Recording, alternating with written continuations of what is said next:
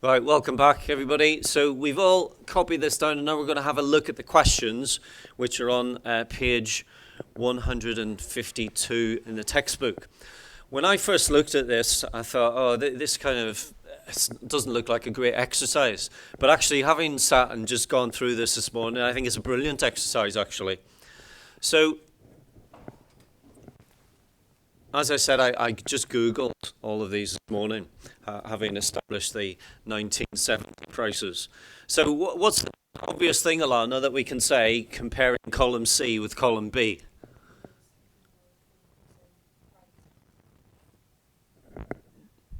There's been an increase in price. And we refer to an increase in price, Emily, we would call that inflation. Okay, so there's been an increase in price. And has that occurred across all sectors? Across all those goods? Of course it has, yes. Any particularly remarkable price increases there? You think, wow, that is an amazing multiple given where it stood in 1970, Evan? Average house price, remarkable, isn't it? So in 1970, just close to £5,000 for your average house price. Now £237,963. Remarkable. Okay, now let's just have a look at the questions here. Question 2. Do you think people on the whole were better off in 1970 or today? When were they better off? So, Isaac, what do you reckon for that, please?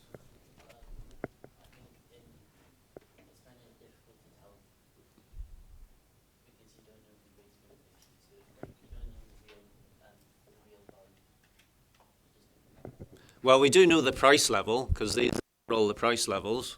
And we also know the weekly wage, on average. So could we not use that data to calculate the cost of the, if we call this kind of your typical basket of goods, could we not see how much you could consume in that case? You don't think so? Okay. Now, in your exercise book, can you just note that term, basket of goods?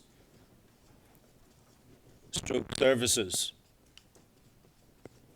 That's really important, particularly for those of you who were not here the last couple of weeks, because the CPI measure, the Consumer Price Index, is measured based upon the typical basket of goods. Yes. You think people were better off in 1970, and why do you think that?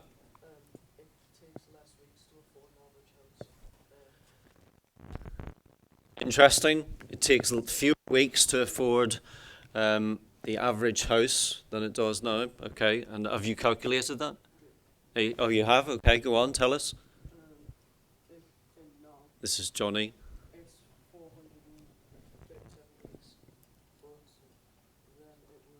So nowadays it takes 437 weeks apparently to afford that. 155 weeks. Okay, that's very, very interesting. So what I'd like you to do in the first instance, please, I'd like you to add together the price of a loaf of bread, the price of a Mars bar, the price of a packet of crisps, the price of a cinema ticket, just those 4 items, and then just work out what proportion that is of the average weekly wage. Obviously, you don't buy a car every week, and you don't buy a house every week, but these things here you would. So add those 4 together, please, and work out what proportion that is of the average weekly wage. So, Matthew, could we actually be doing some work here, please?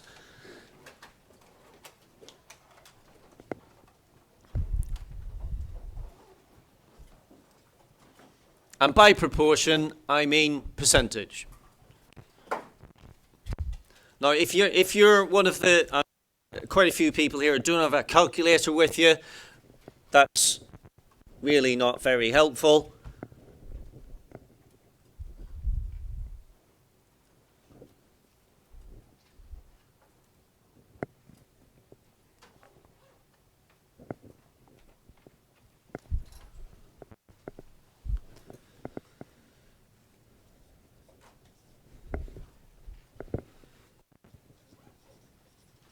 Okay, Hannah, what have you got for that, please?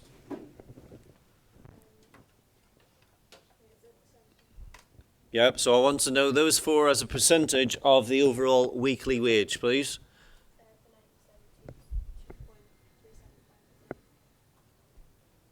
So we've got 9 pence plus 2 pence, is that correct? 12, 13, and that's 58 pence, is that correct? Okay. And we're working out then 58 pence as a proportion, as a percentage of the average weekly wage, which is £32. And you're saying it's, well, not about. What is it? Okay. What did you get, Joe? 1.8. Abby, what did you get? 1.8. That is, you've got to multiply by 100, obviously, to get it into percentage. So if you just did that, you'll get 0.018, yeah. Okay. Hannah, what have you got? So I have the answers on this spreadsheet. I want to reveal them until we see what you come up with for this. Okay, so we've got a general consensus here of 1.8%. I'm always amazed by how difficult people find it to work out a percentage. It does amaze me that. It's a skill that you need to practice. If it's something that you find tricky, you need to practice it. Okay, next one, Stephanie. So adding these together, what do you get as a total, first of all, please? Well, surely you've had to do that in order to do the calculation?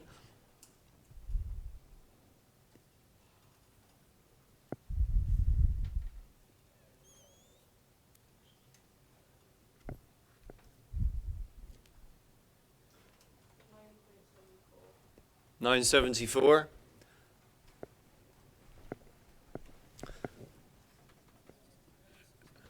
And what is that as a proportion of the overall total wage, please, Stephanie?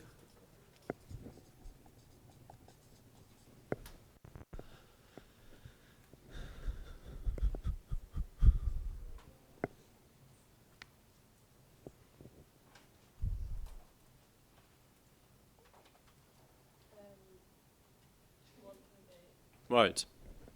Yeah. Really interesting that. So I didn't make that, I didn't pick these numbers out and kind of fix it. And these are just the very numbers that I lifted off the internet this morning.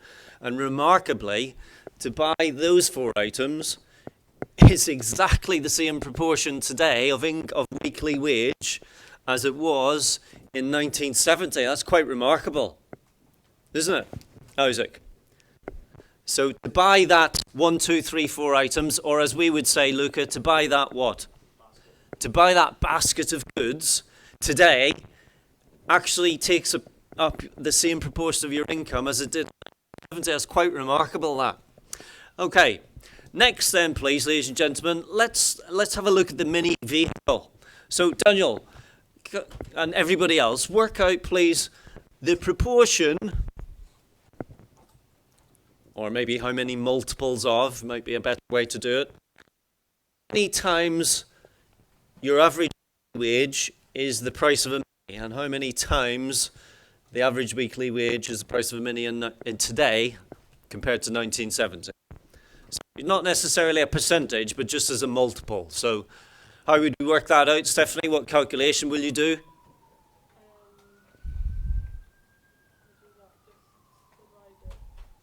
So can you tell us the actual calculation, please? For 1970, it'll be right. Okay. So what does that give you, please?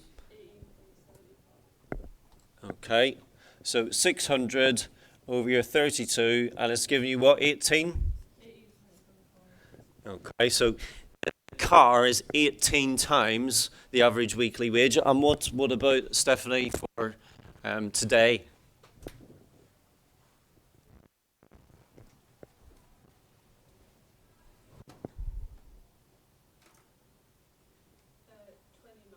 29. All right, so now we're talking.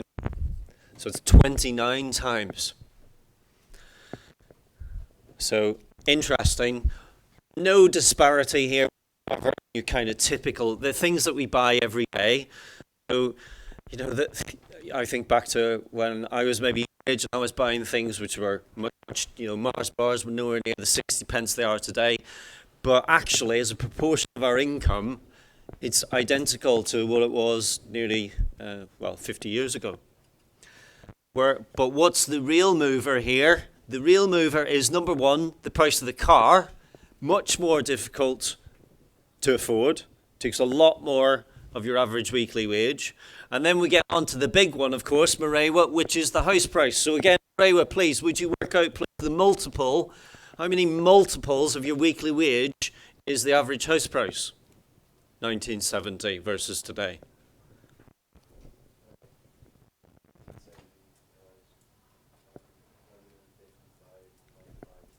Okay, 1970, 155 and a half. Right, I'd expect that to be much, much more. Now, go on.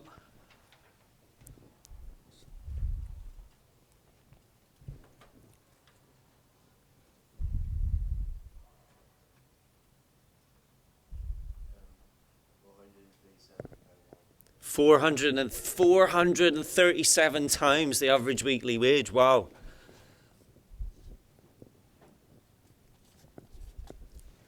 437 times the average weekly wage. Now, let me just reveal this to make sure that we've got the correct things there. Right. Okay. So yes, this just says 2% because it's formatted to one decimal place. Thomas, I hope you're getting this okay. I hope you can see that okay. So yeah, 2%, 2%. 19 versus 30, just the rounding, and then 155 to 437 times. Remarkable. So one of the reasons why, particularly for people who are a bit older than you and your generation as you're going forward, one of the reasons that it is so difficult to get onto the property ladder, Amy, is what? The prices of what? House prices. Now 437 times the average weekly wage. So what is going up faster, please, Brooke? House prices or wages? House prices are going up much, much faster than wages. House prices are going up and up and up and up. Your wages, they're creeping up. And so the disparity between the two, that differential is getting bigger and bigger and bigger. Which is why, unfortunately, young people, it's kind of your age and a bit older than you, this is one of the reasons why they find it so difficult, of course, to get onto the property ladder. Do you understand that? Sorry? Okay, thank you. Now, next thing, please, I'd like you to do, in column E, or in your table, please, just then for bread, Mars bar, crisps and cinema, just please work out the multiple. So how many times bigger is 60 than 2, 68 than 2, 7, 11 than 45? Just work it out across, horizontal.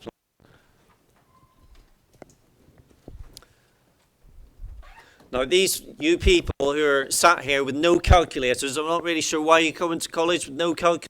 Matthew, why is that? Does it really help you practice these calculations?